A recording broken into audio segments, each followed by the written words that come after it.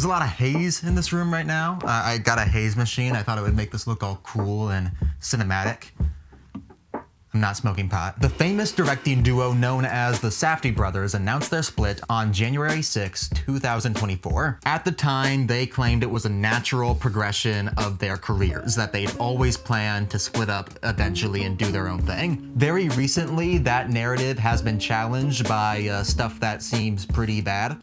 Yeah, pretty bad for Josh in particular. That's not a good look for him. I really don't know that much about it, and I'm not here to talk about that today. Although I do want to clarify, it does seem really bad. But before we had that knowledge, all we knew is that they had just broken up, they weren't gonna direct movies together anymore, and everybody on Letterboxd had one question on their minds. Okay, so which one of them is actually good? Well, what if I told you the answer to that question might just be neither of them? Sounds crazy, right?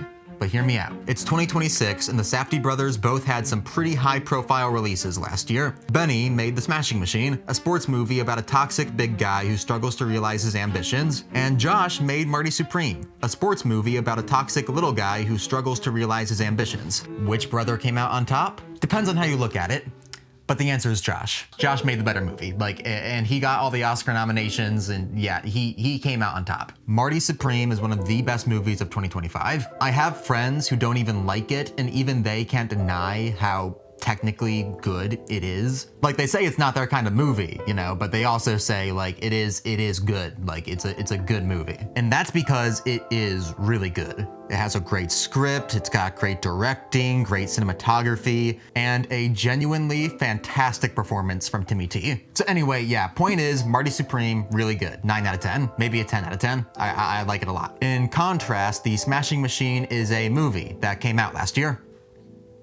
That's about it. You know, it had The Rock, and he did good. Like, he was good. He did a good job. Very good. I saw it in IMAX with 2 other people, and the 3 of us all agreed that it was not a movie to see in IMAX. Like, there was no reason. And it was really just kind of boring. To me, it actually felt very comparable to Marriage Story if you didn't care about anything that was going on in Marriage Story. It's focused very much on the relationship between The Rock, I don't even remember the character's name, between The Rock and Emily Blunt. I don't remember her character's name either. Just a very forgettable movie. Like, I don't remember anything. The whole time I was just sitting there in the theater watching this drama play out. And I was being shown things that I felt like I should really care about, like The Rock having drug problems and his wife kind of being toxic, but also him kind of being toxic, and his friend, you know, rising through the ranks of the wrestling world or whatever and becoming like everything The Rock kind of wants to be. All of this, in theory, was like adequately done storytelling things, and I just didn't care. Here's the best way to describe it.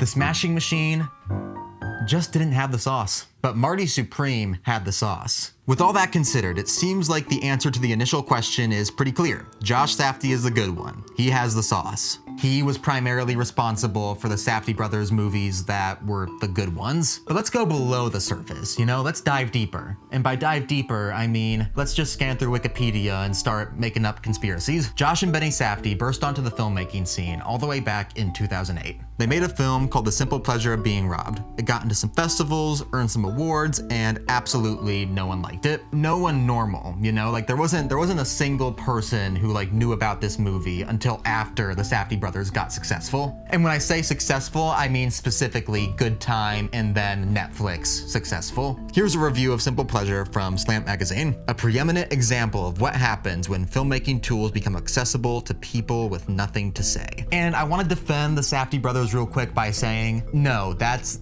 what the Iron Lung is. But luckily for us, the negativity didn't stop them. Just 1 year later, our boys came out with Daddy Long Legs. It was another indie title that made a little noise at film festivals that you've probably never heard of. There are 2 major differences here. The first, people seem to actually like this one. The second, the Safdie brothers found another writer. Enter Ronald Bronstein. Or Stein, I don't know. An independent filmmaker and writer who in 2007 released an independent film called Frownland, which has been described by some critics as one of the boldest and most important independent films of the century. Richard Brody and Roger Ebert really liked it, so that means it's good. So let's step back for a moment and see what we've got here so far. Josh and Benny made a movie. It got into festivals, it won some awards, but was more or less hated by pretty much everyone. Then they hired another writer. A writer who made a movie that got into festivals, won some awards, and was more or less unanimously praised by pretty much everyone.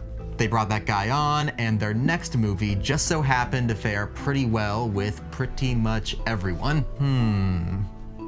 Interesting. Fast forward almost a decade and the Safdie brothers released Good Time and Uncut Gems, two well-received, highly popular films. They are now at a point in their career where they no longer need each other to succeed. They can get backing for their own projects independently, so they decide to split up. That is the story that we know, which might not be true, but not here to talk about that. That leaves one question: who gets Ronald? Because yes, Ronald is still there. And though no one really talks about him, he's kind of off in the background, it's clear that he's still a fairly important part of the team. I've been trying to come up with a specific reason as to why Ronald just isn't talked about, and I can think of a few that are pretty obvious. One, he hasn't directed any of the movies. He's probably just not that interested in doing so. Two, the Safdie brothers actually met Ronald back in 2007 when he was giving a speech about being anti-career, basically. I just read this somewhere. I couldn't find the speech, but he was giving a speech about anti-careerism, I guess. A person who's gonna give a speech about that probably doesn't care that much about being in the public eye or getting as much credit as his two partners. And three, his last name isn't Safdie.